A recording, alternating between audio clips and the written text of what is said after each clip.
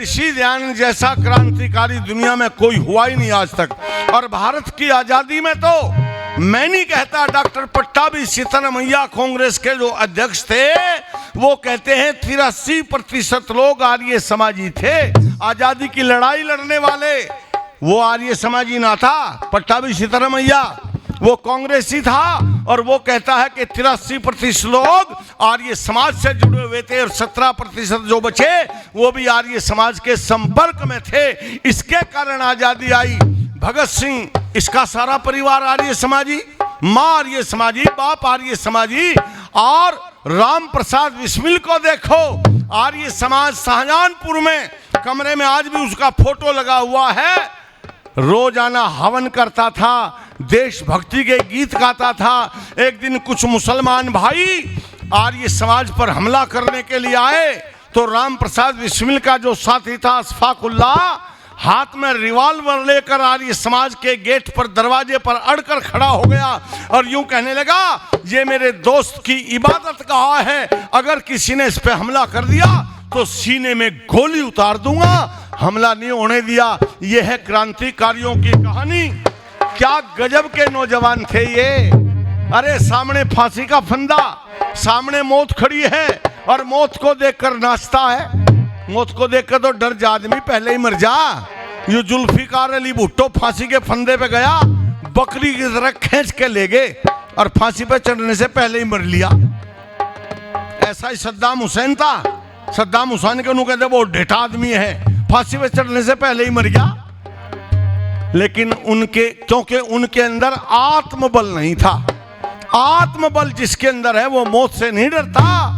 मौत को सामने देखकर राम प्रसाद बिस्मिल गीत गाता है। क्या कहता है? सरफरोशी की तमन्ना अब हमारे दिल में है। सरफरोशी की तमन्ना अब हमारे दिल में है। देखना है जोर कितना बाजुए कातिल में है।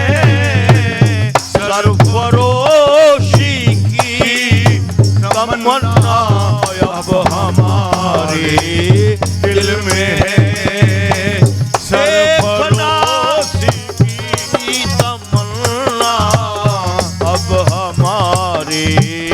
दिल में फांसी के फंदे पे जाते समय गा रहा है, मौत का आलिंगन करने की तैयारी है। और जाते जाते गाकर क्या कहता है, ऊंचे हाथ उठाकर,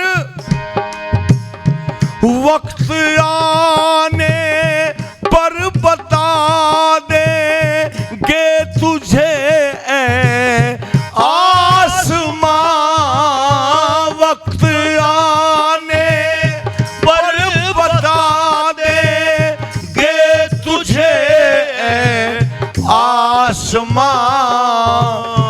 हम अभी से क्या बताएं, हम अभी से क्या बताएं, क्या हमारे दिल में है। देखना है जोर कितना बाजुए का दिल में है। सरफरोशी की तमन्ना अब हमारे दिल में है। अपने क्रांतिकारियों की कमर को थपथपाकर शाबाशी देकर एक बात कहता है, ऐ शहीदे मुल्क को मिल्लत मैं तेरे ऊपर निसार। शहीदे मुल्क को मिल्लत मैं तेरे ऊपर निसार। अब तेरी हिम्मत के चर्चे, अब तेरी हिम्मत के चर्चे गैर की महफिल में है। देखना है जोर कितना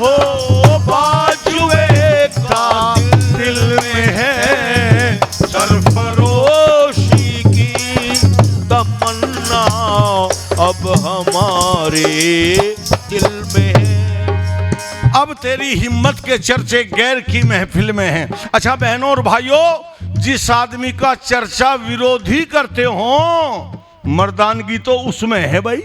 विरोधी चर्चा करते हो, अपने तो चर्चा करते ही हैं।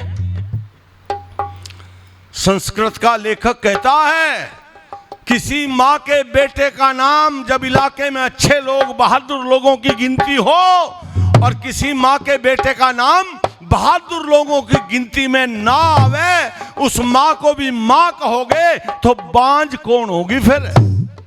वो तो बांझ है जिसके बेटे का नाम बहादुर लोगों की गिनती में नहीं आता। इसलिए ऐसे बहादुर वीर आर्य समाज ने पैदा किए हैं। बात यहीं खत्म नहीं हुई। क्या कहता है आखिरी लाइन में?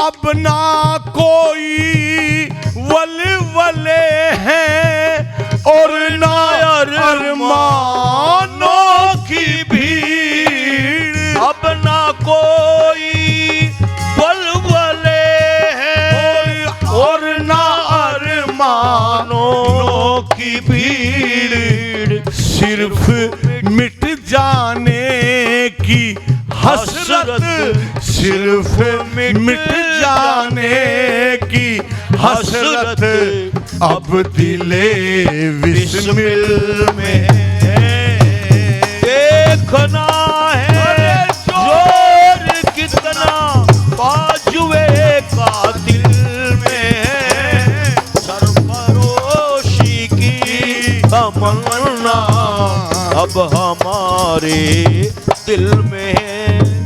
इन सारे क्रांतिकारी नौजवानों की भट्टी अगर कोई थी, तैयार अगर किसी भट्टी में तपकर हुए थे, उस भट्टी का नाम था स्वामी दयानंद सरस्वती। उसका नाम था आर्य समाज, जहां पर ये लोग तैयार हुए थे। आर्य समाज के बिना क्रांति का या आजादी का इतिहास ही अधूरा है। इसलिए आजादी दिलाने वाला अगर कोई है तो संस्था का नाम आर्य समाज और उस क्रांति दाता का नाम स्वामी दयानंद सरस्वती है। मैं नहीं कहता। एक दिन एक बेटी कह रही थी, एक बहन कह रही थी, क्या कह रही थी कि आजादी की राही, गीत है ये बेटियों का। अब संख्या तो इनकी भी बराबर ही है ना, तो गीत तो सुनाना जरूरी है ना। आजादी की राही हे बताई दयानंद ने, आजादी की राही बताई दयानंद ने, आजादी की राही बताई दयानंद ने, आजादी की राही ये बताई दयानंद ने, आजादी की राही। रहे ब्रह्मचारी उम्र भर सारी, वो रहे ब्रह्मचारी उम्र भर सारी। ये ब्याह और सगाई, हाँ ब्याह और सगाई ना करवाई दयानंद ने, आजादी की राही बताई दयानंद ने, आजादी की राही बताई दयानंद ने, आजादी की राही।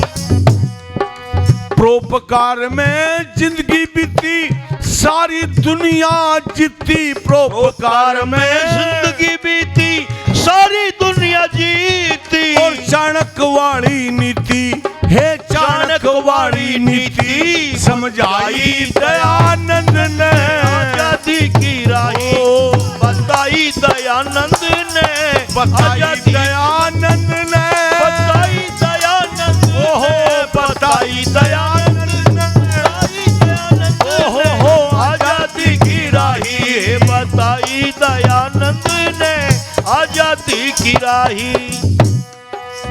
और स्वामी दयानंद का जीवन उठा करके पढ़िए। मेरे भाई तेजवीर आर्य बता रहे थे, ऐसा ब्रह्मचारी क्रांतिकारी दुनिया में दूसरा नहीं हुआ।